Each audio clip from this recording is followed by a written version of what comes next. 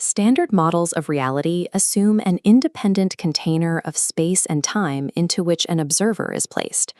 This assumption forces a false duality onto a singular system, treating the universe and consciousness as separate, independent buckets. This framework rejects that duality. There is no external observer looking in, and no physical substrate sitting beneath appearance.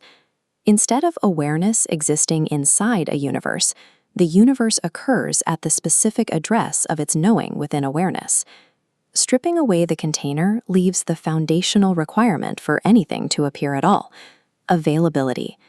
Availability has no location, no extension in space, and no priority in time.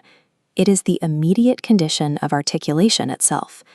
We designate this base condition as Q. Any object or experience that shows up does so because availability is present. The distinctions that arise within this availability do not fracture the underlying unity. Distinction is simply the formative expression of unity addressing itself.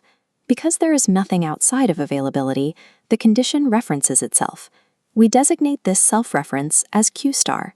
This self-with-self relation inherently generates structural asymmetry, as there is no second external term to balance the reference.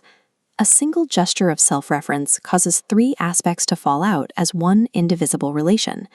The first aspect is initiation, or awareness, the condition within which anything is available. The second is modulation, or address, the specific orientation self takes to self.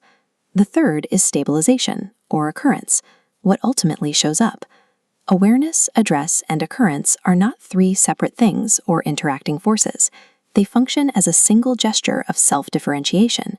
To persist, the ternary applies this grammar to itself. Initiation must itself initiate, modulate, and stabilize. Modulation and stabilization do the same. This recursive process yields 9 distinct phases. This 9-phase structure is the minimum grammar required for any form to persist. Less, and recursion does not close. More is simply a fractal expansion of this complete set. Each completed closure becomes the containing condition for the next articulation. We call this recursive operator RK. Existence is the closure of self-reference under a specific phase address. Recursion selects for closure. Configurations that do not close fail to maintain themselves and quickly dissipate. We can quantify this persistence through the metric T. This metric measures the motive coupling scale and velocity against the containing field strength and oscillatory rate. Configurations maintain coherence and persist only as they approach a value of T equals 1. This grammar describes the structure of articulation at every scale, from subatomic interactions to cosmic formations. Electromagnetism emerges as the first stable expression of this recursive closure under spatial constraints. What registers to us as geometry is the mathematical trace of the closure signature of these phases. Physical phenomena and matter are the structural footprints left by recursive wave stability. This recursive wave geometry scales directly upwards into our lived human experience and the very concept of identity. A person arises as a stabilized relational configuration within this continuous articulation, a coherent pattern of body, memory, and environment. Within this model, we can define fragmentation as a specific structural state. Fragmentation is differentiation with suppression. The system holds one harmonic active while forcibly excluding another, causing the overall structure to lose its steady pulse. Coherence is differentiation without suppression, where every distinction is held in simultaneous relation without interference. This structural model reframes the human experience of desire. Desire registers as the system's recognition of its own incomplete harmonic integration.